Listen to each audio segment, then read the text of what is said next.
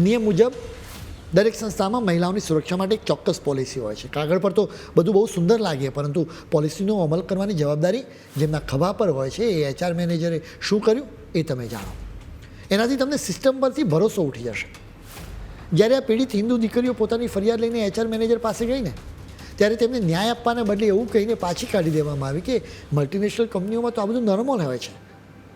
HR મેનેજરે આરોપીઓ વિરુદ્ધ એક્શન લેવાને બદલે આખા મામલાને દબાવી દીધો. વર્ષોથી આ સંગઠિત રેકેટ કંપનીની અંદર ફૂલી ફાલી રહ્યું હતું અને આ અધિકારી તમાશો જોતા રહ્યા.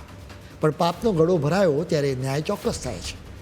નાસિક પોલીસે હવે આ HR મેનેજર અશ્વિની અશોક ચૈનાનીની ધરપકડ કરી લીધી છે. પુણેના લુલાનગરથી તેને કસ્ટડીમાં લેવામાં આવ્યો છે. તપાસમાં સ્પષ્ટ થયું છે કે પીડિતોની ફરિયાદો પર કોઈ પગલાં લેવાયા નહોતા અને આ અધિકારી જાણી જોઈને વાતને ટાળતા રહ્યા હતા.